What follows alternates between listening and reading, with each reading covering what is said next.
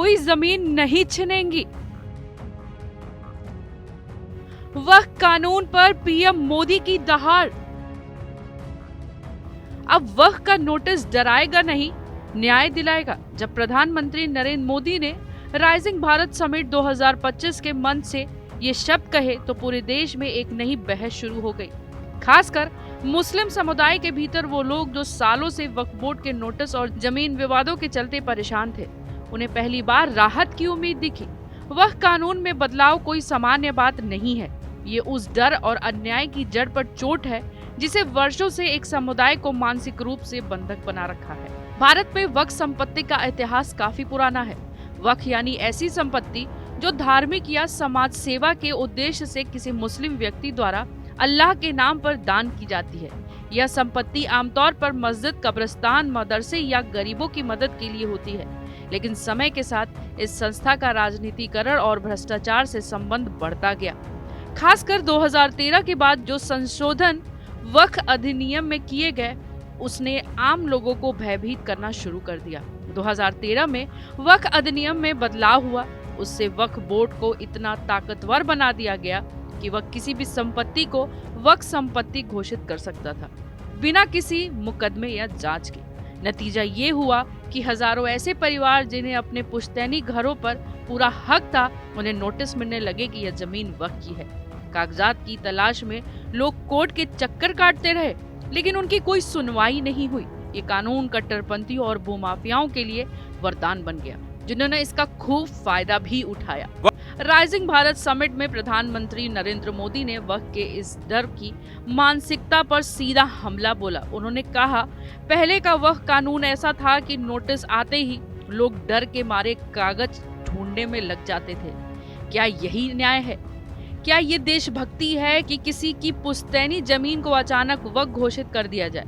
मोदी ने यह भी स्पष्ट किया कि नया कानून वक्फ की पवित्र भावना की रक्षा करेगा, लेकिन साथ ही गरीब, पिछड़े और महिलाओं के अधिकारों की सुरक्षा भी निश्चित करेगी।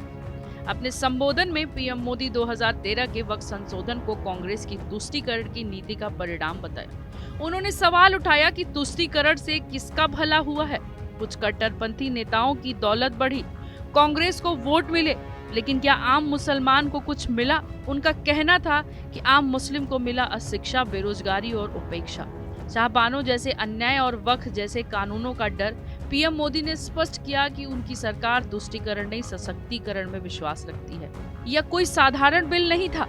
वक्फ संशोधन विधेयक पर संसद में 16 घंटे से अधिक चर्चा हुई, जेपीसी बैठकें हुई और 1 करोड़ से अधिक ऑनलाइन सुझाव आए।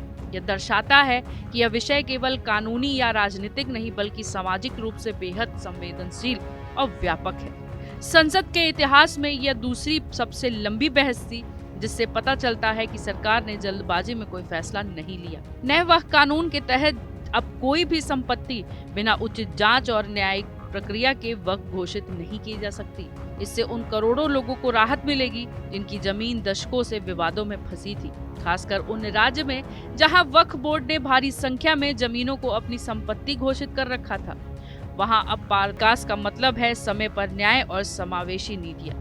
यह कानून सिर्फ कानूनी सुधार नहीं, यह एक मानसिक बंधन की समाप्ति है।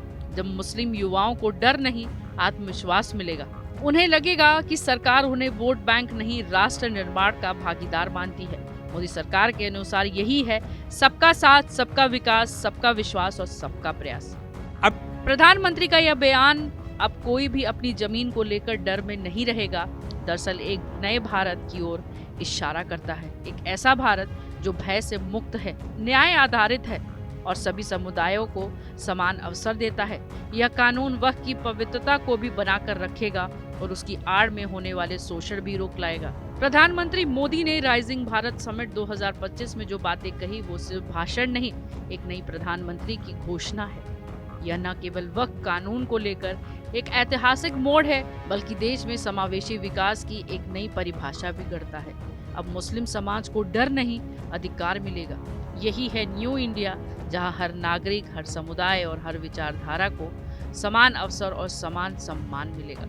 ऐसे ही ताजा अपडेट के लिए जुड़े रहिए जनतंत्र टीवी के डिजिटल प्लेटफॉर्म के साथ। ब्यूरो रिपोर्ट, जनतंत्र टीवी।